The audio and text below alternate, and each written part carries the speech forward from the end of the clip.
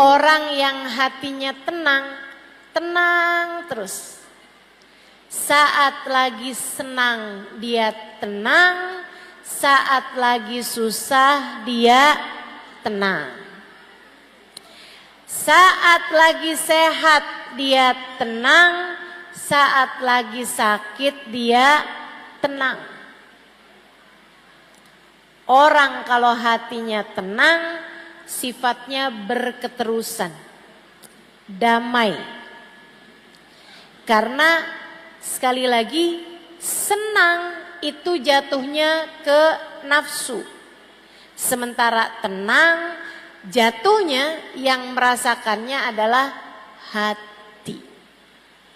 Makanya lebih dari senang kita butuh tenang. Dan kita harus minta, Bu, ketenangan hati ini kita harus minta, Dek. Ketenangan jiwa ini kita mesti minta. Karenanya doanya Nabi Musa alaihi salam ketika diutus untuk menghadapi Fir'aun. Diutus Musa dan Harun menghadapi Fir'aun. Nabi Musa minta senjata. Nabi Musa minta bekal kepada Allah Subhanahu wa taala menghadapi musuh bebuyutan yang sangat kuat ini, yaitu Fir'aun. Katanya Nabi Musa, Rabbi syrahli sadri wa yassirli amri wahlul uqdatan min lisani yafqahu qawli waj'al li waziran min ahli Haruna akhi. Itu doa Nabi Musa. Nomor satu yang diminta sama Nabi Musa bukan senjata, pedang sangat tajam. Dari semua hal Nabi Musa bahkan gak minta ilmu. Ya Allah, saya dikasih ilmu dong buat ngadepin Fir'aun. Nabi Musa gak minta kesaktian. Ya Allah, saya dikasih sakti dong ngadepin Fir'aun. Akan tetapi yang diminta oleh Nabi Musa nomor satu adalah Rabbi syrahli sadri. Ya Allah, lapangkanlah hatiku. Kenapa yang diminta kelapangan? Sebab hati yang lapang akan selalu tenang. Hati kalau lapang bakalan tenang. Kita kalau ngelihat lautan gede, hati kita ngelihat lautan tenang. Kenapa gitu? Karena besar. Sesuatu kalau lapang membuat hati jadi tenang. Makanya yang diminta nomor satu sama Nabi Musa adalah kelapangan hati atau ketenangan hati. Nabi Ibrahim juga gitu. Nabi Ibrahim minta sama Allah. Katanya Nabi Allah Ibrahim alaihi salam, Rabbi arini kaifa tuhyil mauta. Ya Allah, tunjukkan kepada saya bagaimana Engkau menghidupkan yang telah mati. Allah balik bertanya kepada Nabi Ibrahim, awalam tu'min? Kamu minta aku tunjukkan bagaimana aku menghidupkan yang mati. Apakah Ibrahim kamu tidak beriman padaku? Apakah kamu Ibrahim tidak beriman kepadaku? Nabi Ibrahim bilang, aku beriman padamu ya Allah, walakin liyatma'inna qalbi. Aku meminta di depan mataku engkau menghidupkan yang mati agar tenang hatiku. Nabi Ibrahim sekelas nabi minta kepada Allah agar hatinya tenang. Dan itu anugerah besar yang Allah Subhanahu wa taala bagi kepada baginda kita Nabi besar Muhammad. Allah kasih kepada Nabi wajah yang cakep. Allah kasih kepada Nabi badan yang kuat, badan yang indah. Bahkan Allah kasih kepada Nabi aroma yang wangi. Allah ngasih kepada Nabi ilmu. Allah ngasih kepada Nabi kemampuan berbahasa yang baik. Akan tetapi di antara semua nikmat yang Allah berikan kepada Nabi Muhammad, Allah mengungkit pemberian yang lebih besar. Kata Allah Subhanahu wa taala, alam nashrah laka sadrak.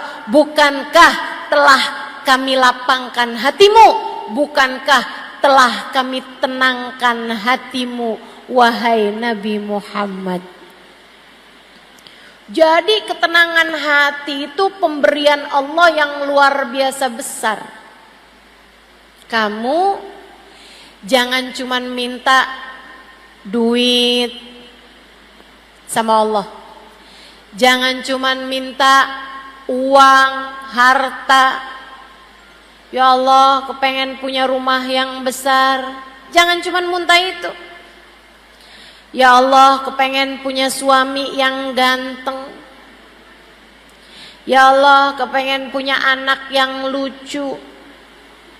Ya Allah, kepengen punya mobil yang bagus, pengen punya motor yang bagus, pengen punya HP yang bagus, pengen punya baju, pengen punya tas yang bagus. Jangan hanya minta itu kepada Allah Subhanahu wa taala. Hidup udah cukup lama, rambutmu sudah mulai beruban. Kalau doa yang diminta duit melulu, apa enggak malu? Bu, umur udah kepala 4 bahkan kepala 5. Udah sholat lama-lama, doa, waktunya doa yang diminta duit lagi, duit lagi. Uang lagi, uang lagi. Harta lagi, harta lagi. Dunia lagi, dunia lagi. Jika semua yang kamu minta di dunia adalah untuk duniamu, lantas dengan apa kamu menuju ke akhiratmu? Takutnya sama Allah dikasih semua hajat-hajatmu dunia. Begitu masuk dalam alam kubur, kamu jadi miskin papa. Kamu jadi enggak punya apa-apa. Sayang-sayang. Ayo minta yang penting. Salah satu dari yang penting, minta sama Allah kelapangan hati, minta sama Allah ketenangan hati.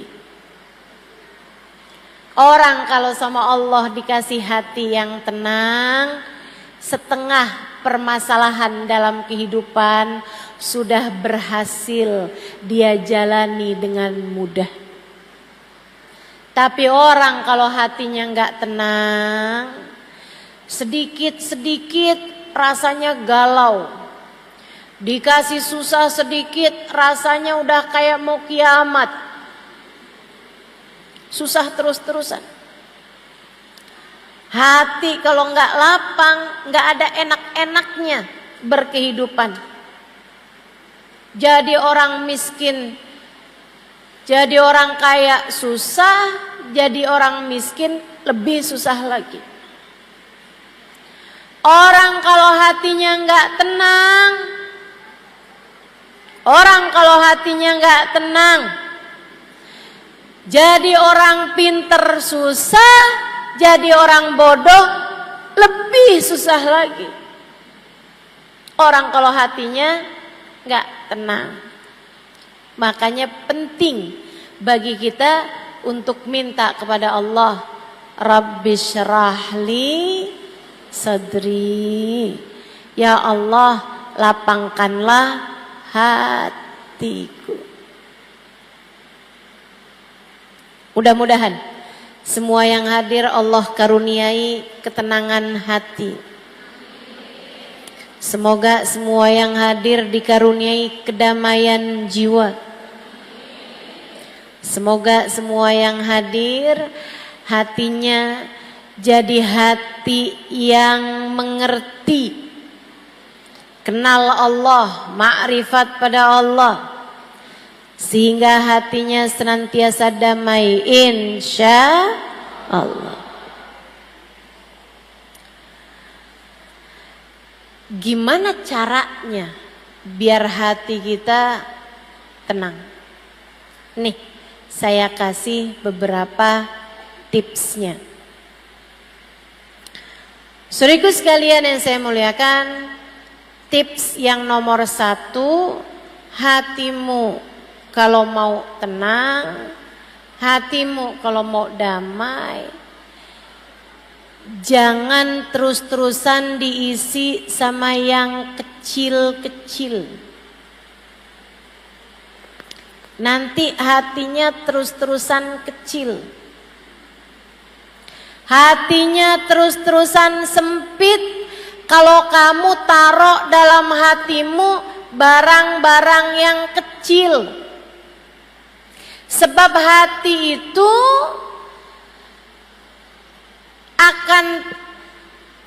akan menjadi seperti yang dimasukkan. Kalau yang dimasukkan kecil, dia jadi kecil. Kalau yang dimasukkan besar, dia jadi besar. Kalau yang dimasukkan barang-barang kotor, hatinya jadi kotor. Kalau yang dimasukkan barang-barang yang mulia, hatinya jadi mulia. Maka kalau kamu pengen hatimu tenang, hatimu damai, taruh dalam hatimu yang besar. Apa yang besar? Tepatnya siapa yang besar? Tak ada yang lebih besar daripada Allah Subhanahu wa ta'ala, Jalla Jalaluhu wa ta'alat azamatuh. Kamu kalau kepengen hatimu tenang, taruh Allah dalam hatimu, maka hatimu akan merasakan ketenangannya. Taruh Allah dalam hatimu. Taruh dalam hatimu yang besar. Ustazah, yang kecil apa tadi? Selain Allah. Selain Allah. Selain bekal menuju Allah. Selain yang mendekatkanmu kepada Allah, semuanya adalah urusan kecil. Lebih gampangnya, apapun yang tidak kamu bawa mati, apapun yang tidak kamu bawa masuk ke dalam alam kubur, itu adalah perkara yang kecil. HP, kamu bawa masuk ke kubur gak? Nah, nanti kalau mama mati, yang iPhone tolong masukin ya. Providernya semua aja deh nak. Mama nggak tahu yang nyambung yang mana. Telkomsel, XL masukin semua. Bisa begitu? Manfaat begitu? Enggak. Tidak akan membawa kemanfaatan. Kalau kamu bilang sama anakmu, masukkan HP ke dalam kuburmu, tidak akan bermanfaat. Kenapa gitu? Sebab HP adalah sesuatu yang kecil. Sesuatu yang kecil, sesuatu yang tidak akan kamu bawa masuk ke dalam alam kuburmu. Kecil semua. Ada di sini yang pesen, nanti kalau saya mati tolong ya kalungnya dipakein, gelang sama cincinnya juga dipakein, biar saya cakep ketika ditanya para malaikat. Manfaat begitu? Enggak bawa manfaat apa-apa. Dulu ada orang kaya, kaya raya dan soleh. Anak-anaknya bakti sama dia. Dia pesen sama anak-anaknya di masa tua, "Nak, bapak nih seneng sama kaos kaki yang ini. Tolong nanti kalau bapak mati, masukkan kaos kaki bapak nih, sebelum dipakein kain kafan, pakeinlah bapak ini dulu kaos kakinya ya nak." "Iya pak." Disimpan kaos kakinya sama anaknya. Sampai ketika bapaknya meninggal, habis selesai dimandikan mau dikafanin, si anak bilang, "Tunggu dulu, kain kafannya jangan ditutup dulu, kita mau pakein bapak kaos kaki." Akhirnya berantem sama yang tukang mandiin dan mengkafani jenazah. "Gak boleh, jenazah gak boleh dipakein kaos kaki." "Ah gak apa-apa, kita mau pakein bapak kaos kaki." "Oh gak boleh, mana ada jenazah pakai kaos kaki." Mereka lagi berantem berseteru, datang teman bapaknya. "Tunggu dulu, ini saya nih diminta sama bapak kalian buat bacain surat yang ditulis sama bapak kalian di waktu hidup. Saya diminta membacakannya di saat beliau meninggal sebelum dikafani." Suratnya bunyinya gini, "Anak-anakku sayang, kalian pasti sekarang sedang berusaha untuk memakaikan bapak kaos kaki. Nak," kata bapaknya, "bapak nak gak minta dipakein kaos kaki. Akan tetapi bapak lagi mau mengajarkan kalian bahwasanya seberapapun banyak harta yang kita punya, tidak ada satupun yang bisa kita bawa masuk kuburan. Jadi Bu, Kak, Dek, sama harta dunia biasa-biasa saja.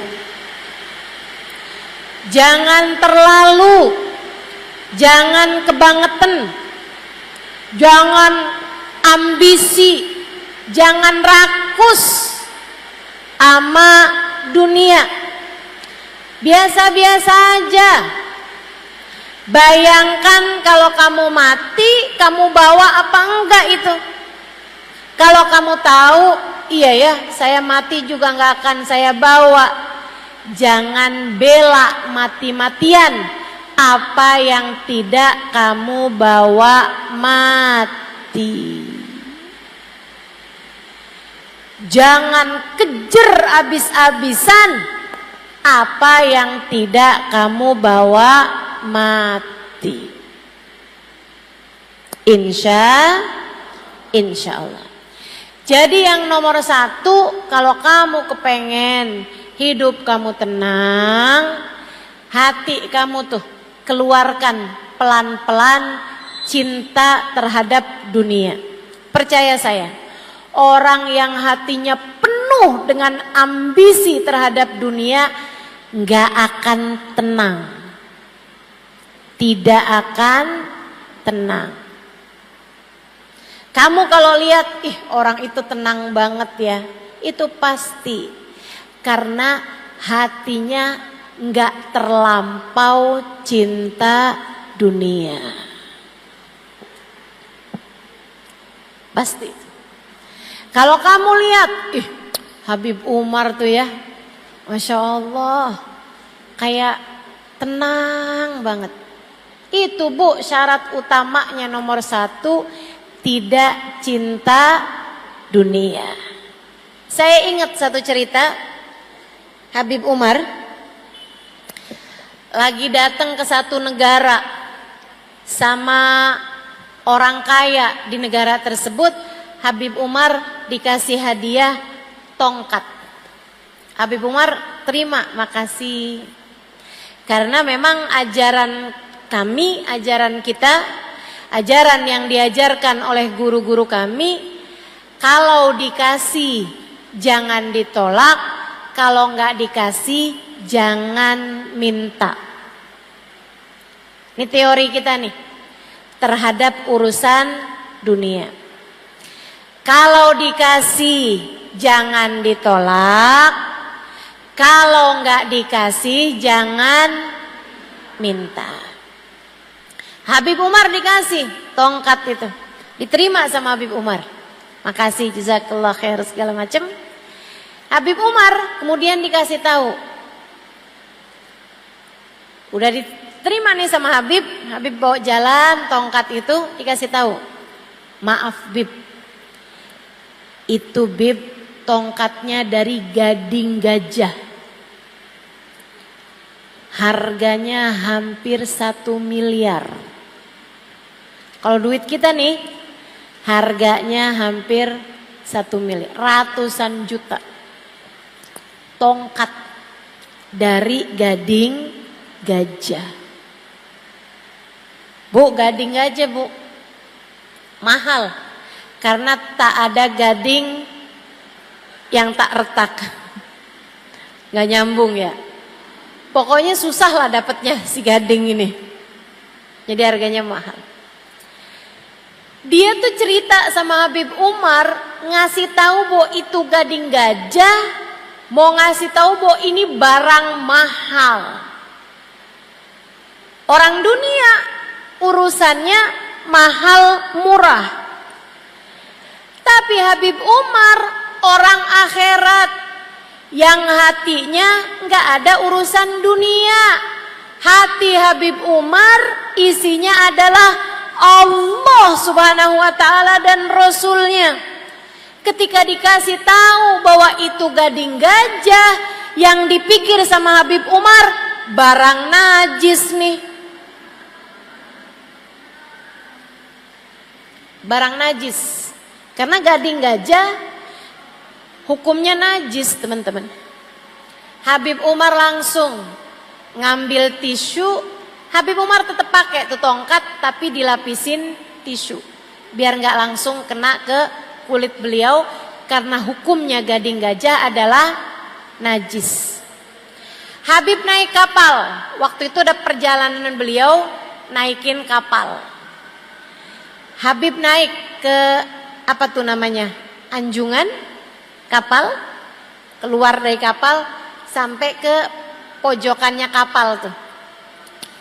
Habib ngobrol-ngobrol segala macem, sampai ketika beliau sudah sampai di tengah-tengah lautan, Habib Umar panggil lagi orang tadi tuh yang ngasih tahu bahwa ini adalah gading gajah. Bukan yang ngasih, orang yang ngasih tahu bahwa ini adalah dari gading gajah dan harganya sangat mahal. Habib nanya, ini gading gajah beneran? Iya Bib. Mahal Bib. Gading gajah yang itu kan, dari gajah itu culaknya, kata Habib, gadingnya. Iya Bib, bener Bib. Bismillah. Beliau kemudian bilang sama muridnya, ini dari gading gajah yang najis itu kan? Tahu kan kalau santrinya hukumnya? Dia bilang betul Bib. Bismillahirrahmanirrahim, beliau lemparkan ke lautan. Orang lihatnya yang duit beterbangan. Habib Umar ngelihatnya barang najis, tidak boleh digunakan. Beliau melemparkannya ke lautan begitu saja. Dibuang sama Habib. Najis, kata Habib. Masya Allah.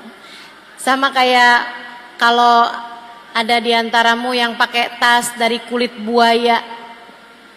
Kulit buaya beneran, bukan buaya darat. Itu kan hukumnya najis. Saudaraku sekalian saya muliakan, karena di hatinya nggak ada cinta dunia, Bu. Orang yang kayak begini hatinya tenang terus-terusan, nggak kebanyakan mikirin angka. Kamu kalau kepengen rumah tanggamu tenang, jangan kebanyakan ngomongin uang sama suami. Saya kasih tahu, Ustazah saya berantem mulu. Ya kamu tiap lihat suami ngajuin proposal, bayar ini sekian, bayar ini sekian, bayar ini sekian. Ya suami mumet, suami pusing. Yang asalnya hatinya lagi tenang, langsung jadi nggak tenang. Yang mau minum kopi biasanya enak gitu kopinya, oh begitu habis diomongin gimana ya kita mesti bayarannya anak-anak, mesti yang begini, mesti token listrik habis, gas habis, ini habis, pulsa saya habis, wah itu udah pusing lah gitu. Rumah tanggamu jadi tidak tenang. Jangan kebanyakan ngurusin urusan-urusan yang kecil.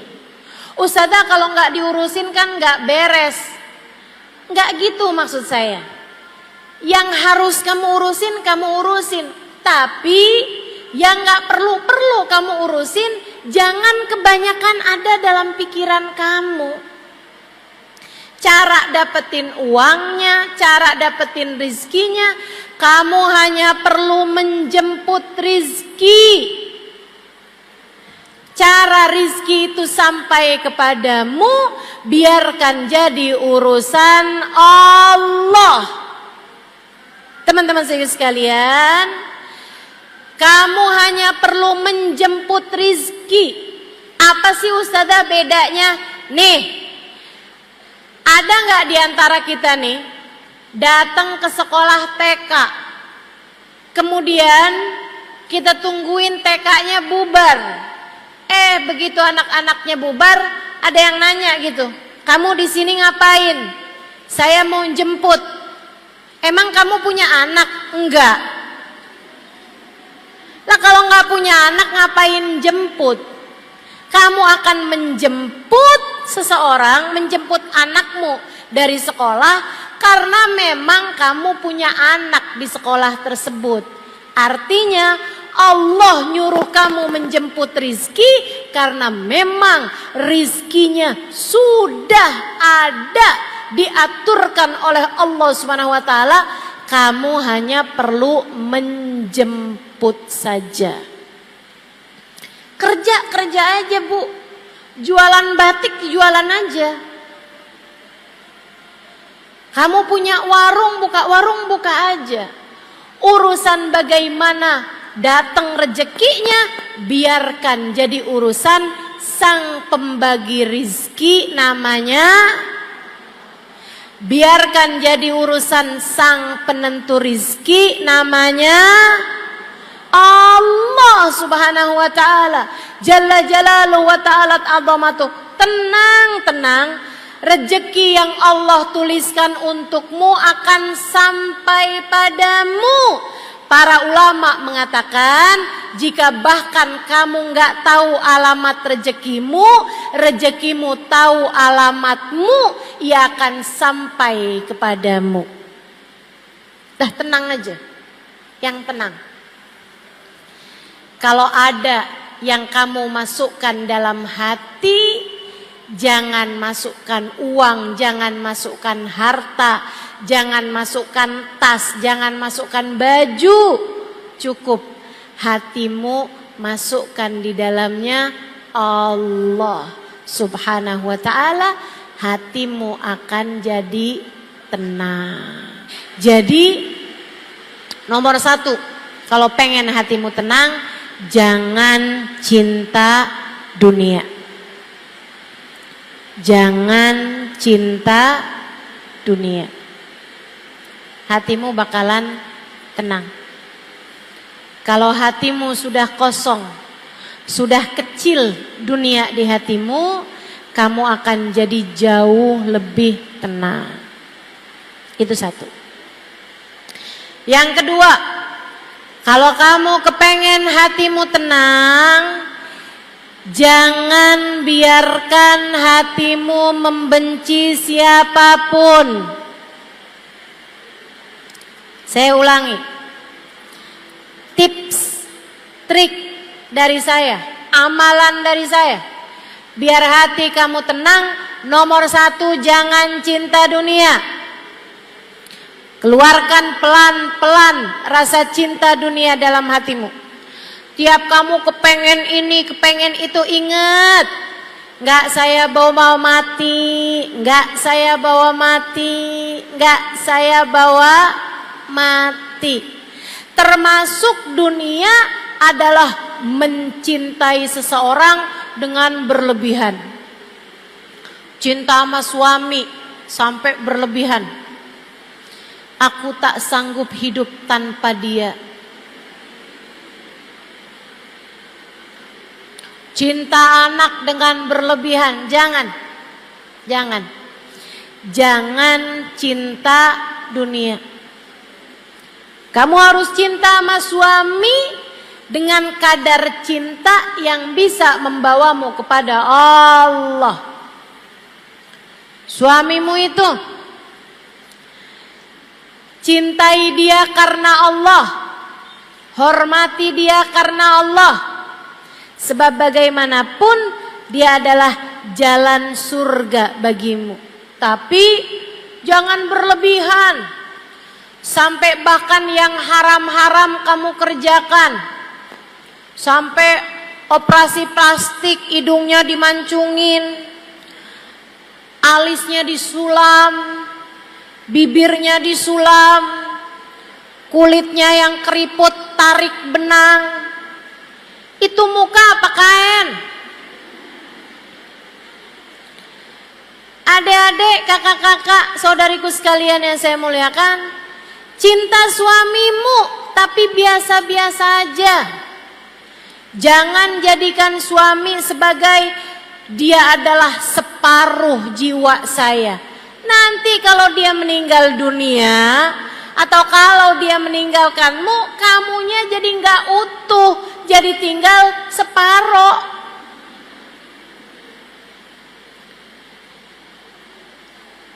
Jangan cinta dunia. Hati kamu bakalan tenang. Yang nomor 2, jangan benci siapapun. Hati kamu tenang. Selagi hatimu punya kebencian, benci sama fulanah karena dia godain suami saya, benci sama fulana karena gara-gara dia pacar saya nggak jadi melamar saya,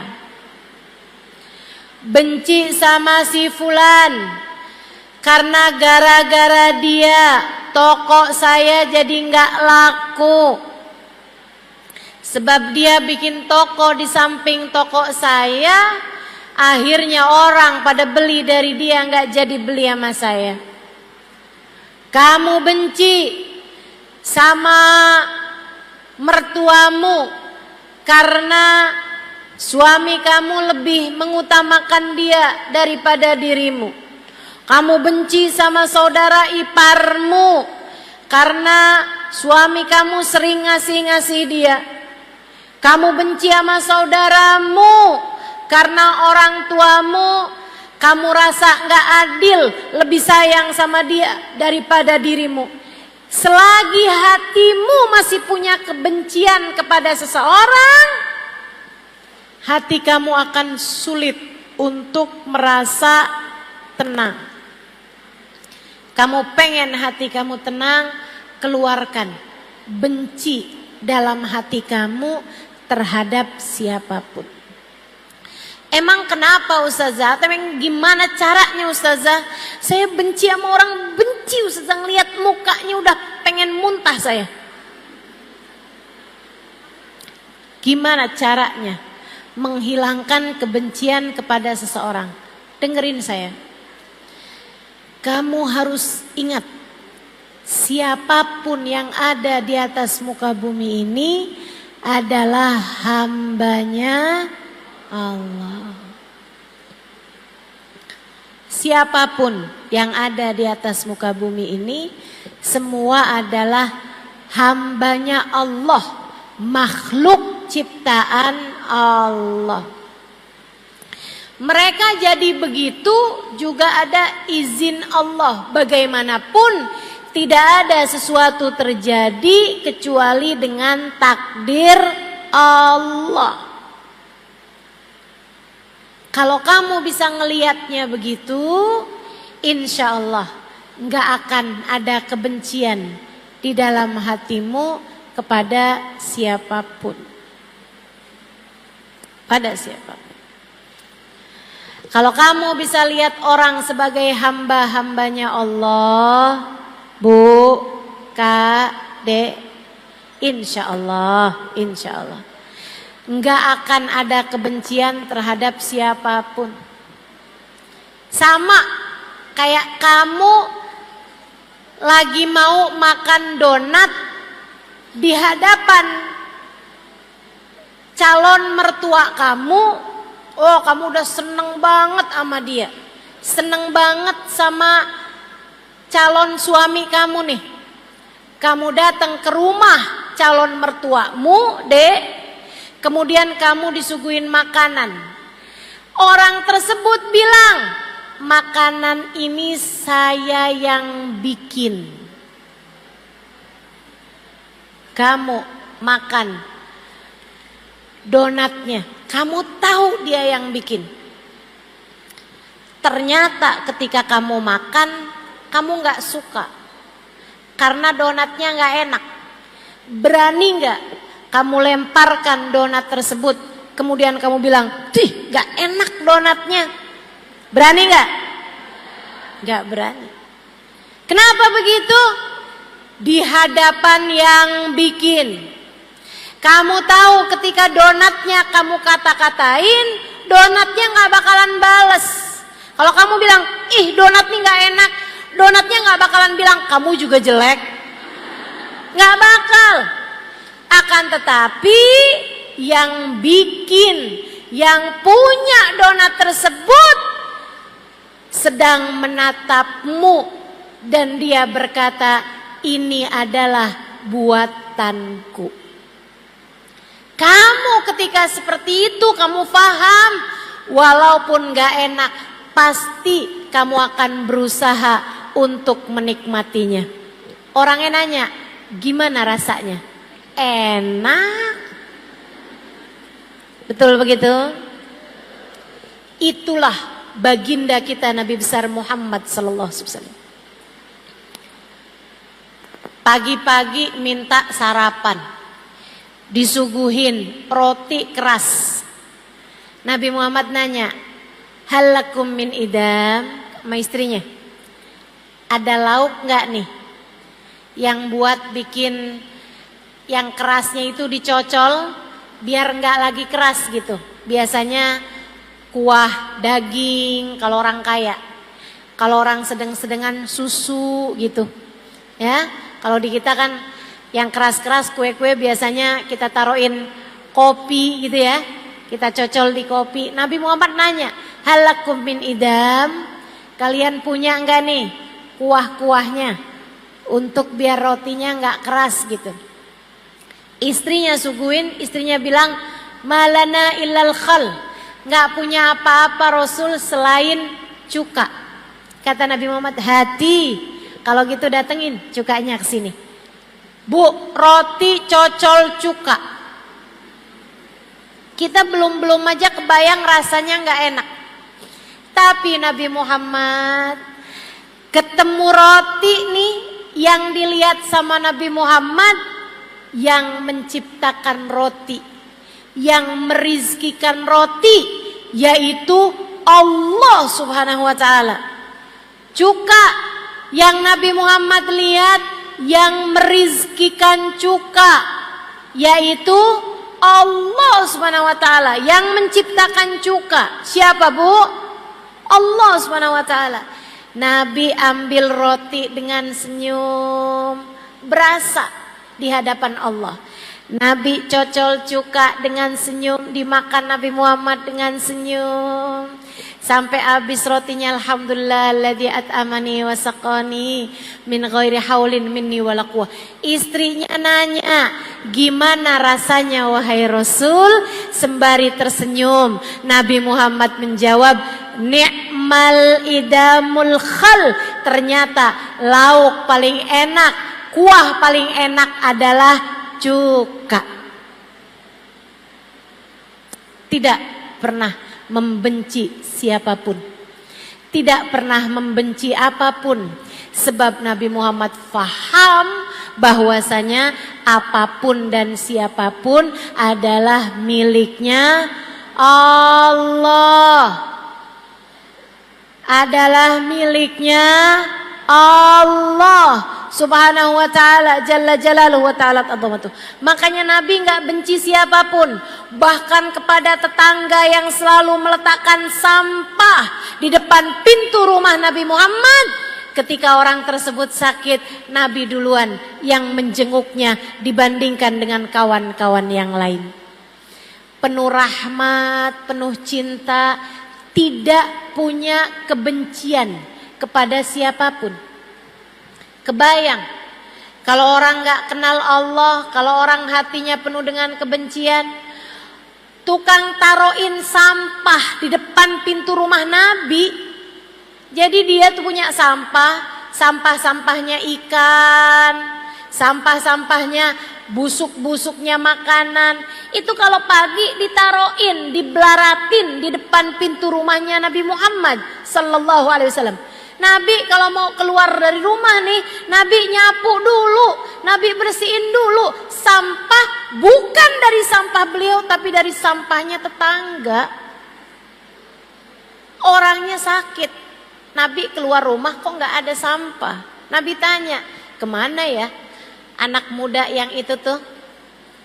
Tanpa kebencian, kemana dia, kata Nabi. Innahu marid ya Rasulullah, dia sakit wahai Rasul. Oh, Nabi nggak mikir kayak kita nih, kualat tuh mas saya tahu rasa.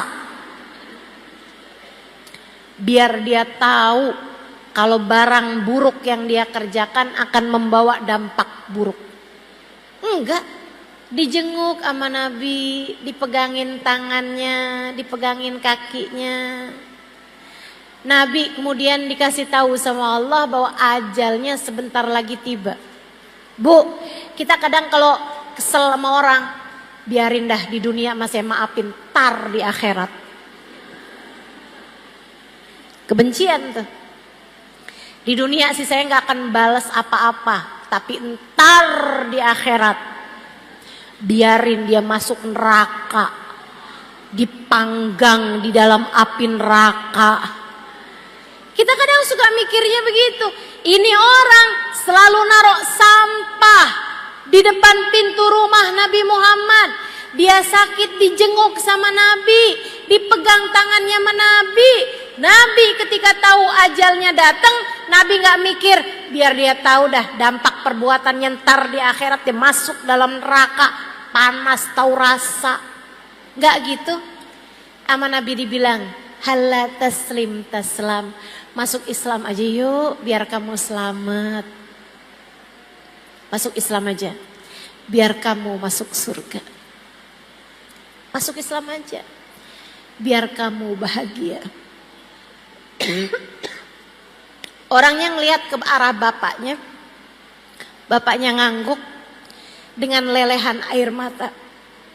Dia pegang tangan Nabi, kemudian berkata, Asyhadu an la ilaha illallah wa asyhadu anna Muhammad Rasulullah.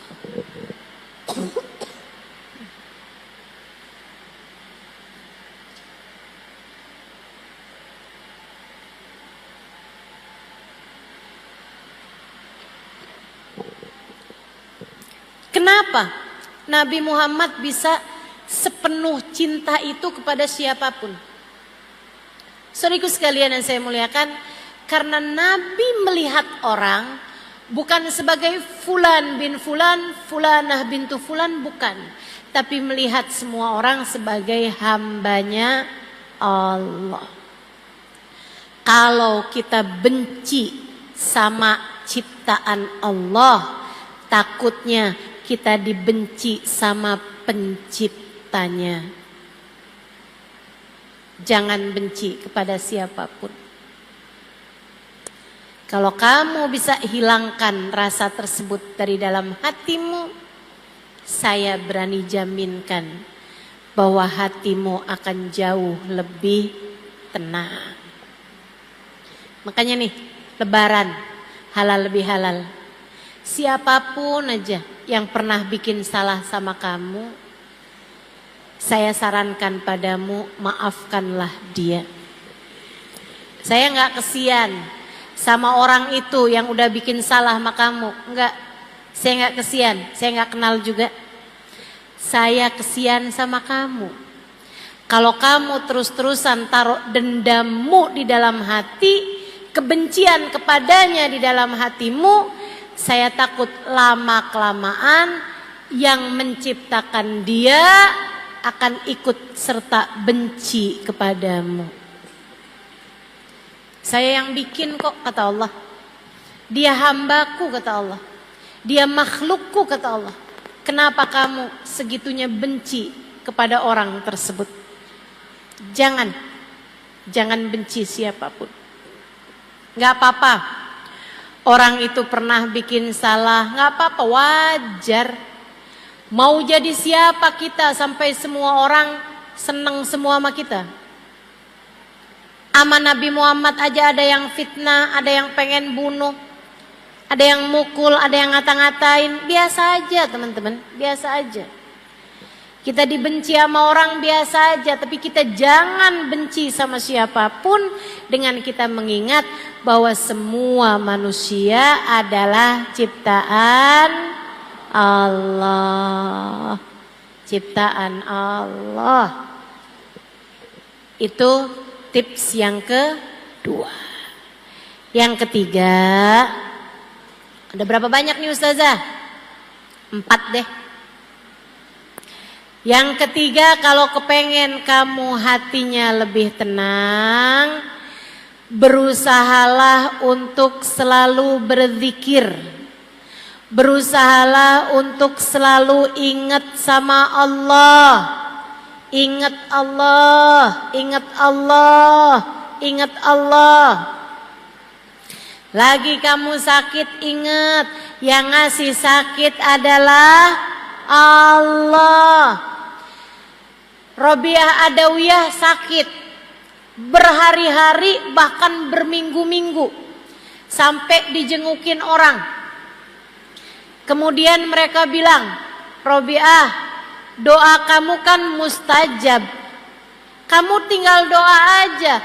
Ya Allah, sembuhkan saya ya Allah. Mungkin Allah akan segera memberi kamu kesembuhan, Robiah. Apa jawab Robiah Adawiyah? Belum waktunya. Maksud kamu gimana?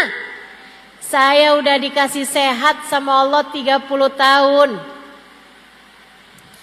Saya udah dikasih sehat sama Allah lebih daripada 30 tahun. Sehat terus. Sekarang nih saya baru dikasih Allah sakit beberapa hari. Malu saya mau minta segera diberi kesembuhan. Nanti kalau sakit saya sudah lebih daripada 30 tahun, baru saya akan minta diberi kesembuhan dari Allah. Keren banget gak tuh?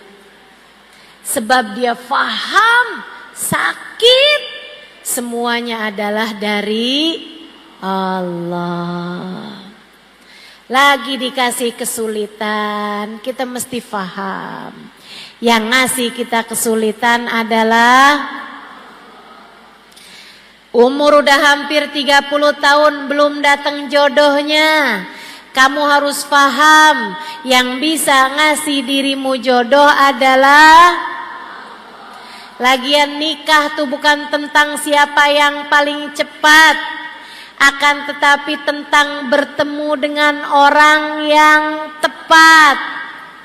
Jadi tenang aja dek, adik-adik jomblo, tenang aja. Kalau Allah tahu kamu perlu, kamu bakal dikasih. Kalau belum dikasih, artinya Allah tahu kamu belum perlu.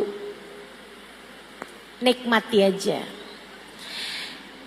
Ibu-ibu, kakak-kakak yang udah nikah, kemudian belum dikasih anak sama Allah, tenang. Allah tahu kamu belum perlu. Kalau Allah tahu kamu perlu, bakal dikasih sama Allah Subhanahu wa taala. Tenang. Yang tenang. Kita ini semuanya gak akan apapun terjadi kecuali dengan izin Allah.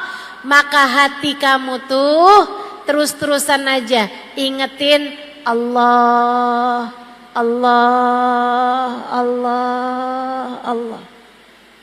Fahamilah, tak ada apapun terjadi melainkan semuanya dengan izin Allah. Tuh, rezeki kamu dikasih berapa, semuanya dari Allah.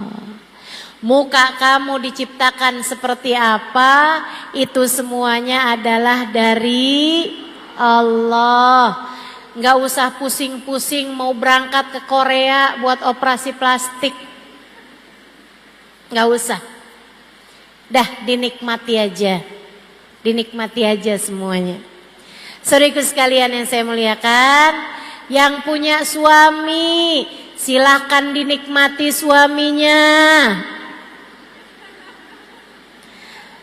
Nggak usah susah-susah, sebab apapun yang terjadi semuanya adalah dengan izin Allah.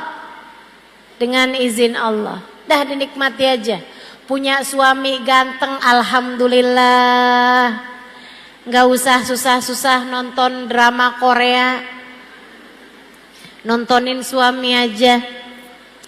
Punya suami kurang ganteng atau gantengnya nggak kelihatan, yang kelihatan nggak gantengnya, alhamdulillah, dinikmati aja, jaganya nggak susah, nggak ada yang mau sama dia,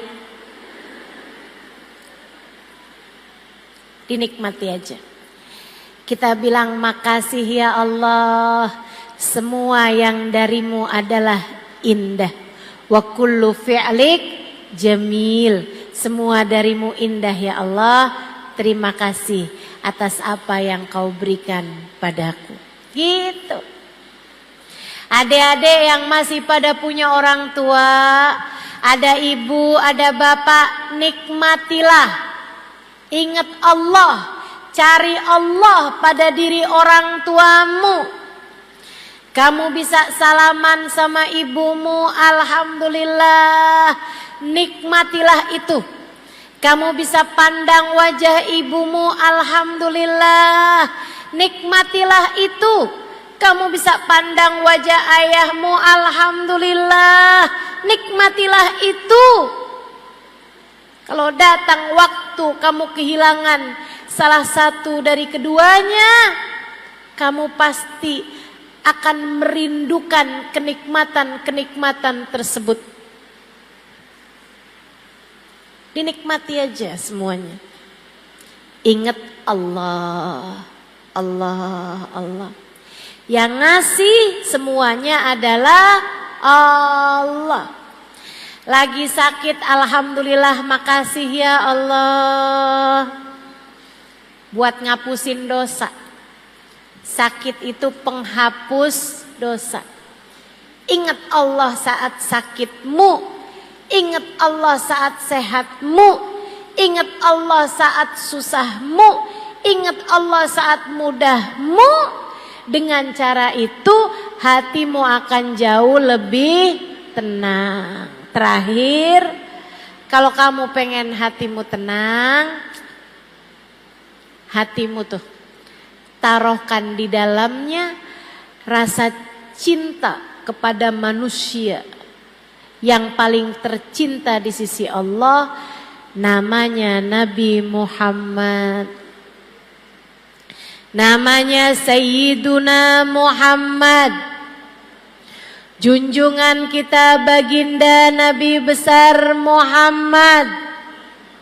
Bu, saya udah banyak ketemu orang-orang yang hatinya tenang karena mereka punya rasa cinta yang besar kepada baginda Nabi besar Muhammad. Semakin besar cintanya kepada Nabi, hatinya menjadi semakin tenang, hatinya menjadi semakin penuh cinta. Kenapa begitu? Karena orang kalau di dalam hatinya terdapat cinta kepada Nabi Muhammad, Allah akan turunkan cintanya Allah, rahmatnya Allah ke dalam hati tersebut. Dengannya hati orang tersebut menjadi tenang. Saya sarankan padamu, kalau kamu lagi takut, kalau kamu lagi galau, kalau kamu lagi khawatir, kalau kamu lagi gelisah, kalau kamu lagi emosi yang gak enak, apa aja rasanya, kalau kamu lagi datang cemburu, kalau kamu lagi datang susah hati, apapun aja, kalau kamu hatimu lagi tiba-tiba merasa benci sama seseorang, misalnya rasa hati apapun yang gak enak, hatimu lagi gak tenang kayak apa, nih saya kasih tahu tips mudah, gampang banget. Kalau kamu lagi memungkinkan untuk berwudu, segeralah berwudu. Kalau kamu lagi gak bisa wudu, lagi halangan misalnya, lagi datang menstruasi, lagi nifas misalnya, gak bisa wudu, gak usah pakai wudu, kamu tutup aurat, duduk, ngadep kiblat, bacalah sholawat, ingat-ingat Nabi Muhammad, ingat-ingat Nabi Muhammad.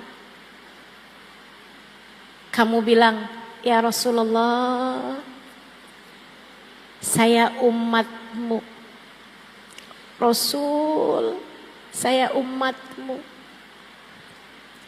Kamu baca sholawat, kemudian kamu ingat-ingat Nabi Muhammad, kemudian kamu sampaikan kepada baginda Nabi Muhammad. Sesudah kamu ucap sholawat dan salam kepada Nabi, Nabi Muhammad berjanji, ma sallama alayya ahadun min ummati illa waradallah alayya ruhi hatta arudda alaihi salam. Tidaklah umatku mengucap salam kepadaku, melainkan Allah kembalikan ruhku sehingga aku dapat menjawab salamnya. Kalau udah kamu ingat sama Nabi, kamu nyambung hati sama Nabi, kamu bilang, ya Rasulullah, saya umatmu wahai Rasul. Saya umatmu wahai Rasul. Saya umatmu wahai Rasul. Hati saya sekarang sedang dilanda cemburu wahai Rasul. Saya umatmu wahai Rasul. Saya enggak mau jadi umat yang enggak benar. Saya takut nanti di hari akhirat tidak berada di belakangmu ya Rasulullah. Bimbing saya wahai Rasul. Bimbing saya wahai Rasul. Terus begitu. Kamu baca, Allahumma salli ala Sayyidina Muhammadin salatan taghfiru bihad dunub wa tuslihu bihal qulub wa tantaliku bihal usub wa talinu bihas su'ub wa ala alihi wa sahbihi wa man ilaihi mansub. Salawatnya Habib Saleh Al-Hamid dari Tanggul. Baca salawat tersebut 10 kali. Habib Saleh Al-Hamid, dia ajarkan salawat kepada kita. Salawat tersebut ini dibaca 10 kali. atau lebih, kalau mau 100 kali juga lebih bagus lagi. Bacaannya Allahumma sholli ala sayyidina Muhammadin sholatan taghfiru bihad dunub. Ya Allah, sampaikanlah sholawatmu kepada baginda kami Nabi Muhammad dengan sebuah sholawat yang menghapuskan dosa-dosa saya ya Allah. Tuslihu bihal gulub, bikin bagus hati saya ya Allah. Tantaliku bihal usub, biar lancar terurai belenggu-belenggu, yang nyandet-nyandet, yang gak lancar biar dilancarkan sama Allah. Talinu bihasub, yang keras-keras biar jadi pada lembut. Hati yang keras biar lembut.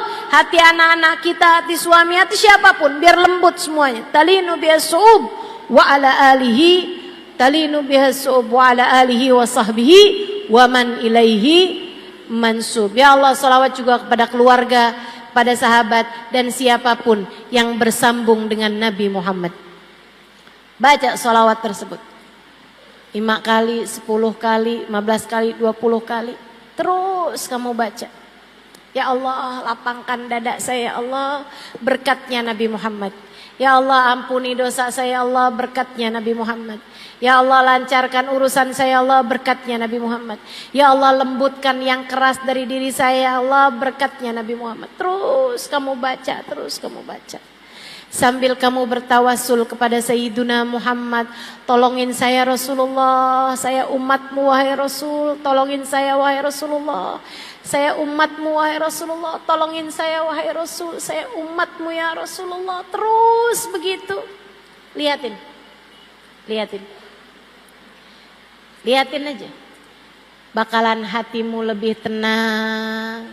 Masalah-masalah jadi lebih mudah. Urusan-urusan jadi lebih ringan.